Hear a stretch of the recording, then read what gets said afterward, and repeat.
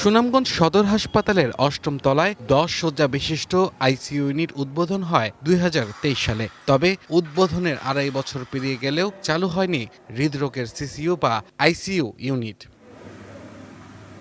সদর হাসপাতালে প্রতিদিন গড়ে ৫ থেকে ৬ জন হৃদরোগে আক্রান্ত বা অন্যান্য মুমূর্ষু রোগী আসেন চিকিৎসা নিতে, কিন্তু হাসপাতালে সিসিইউ বা আইসিইউ সেবা না থাকায় তাদের পাঠাতে হচ্ছে সিলেটে। বাড়ছে রোগীদের প্রাণহানি, এতে ক্ষোভ প্রকাশ করলেন ভুক্তভোগীরা।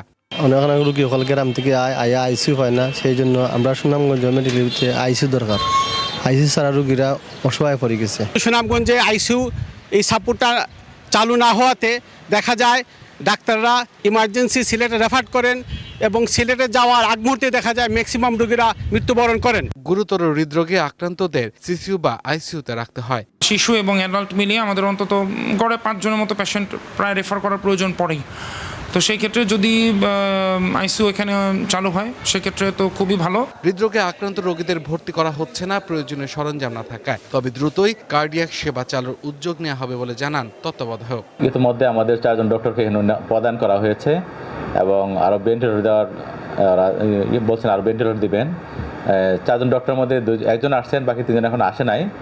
তো এই গত সপ্তাহেই এই সপ্তাহেই চালু করার কথা ছিল, এখনো এই পরবর্তী সিদ্ধান্ত আমাদের জানানো হয়নি। সুনামগঞ্জ জেলার মোট ২৮ লাখ মানুষের চিকিৎসার জন্য রয়েছে মাত্র একটি বড় হাসপাতাল। এতে সুযোগ সুবিধা বাড়ানোর তাগিদ দিচ্ছেন স্থানীয় মানুষ। One national desk.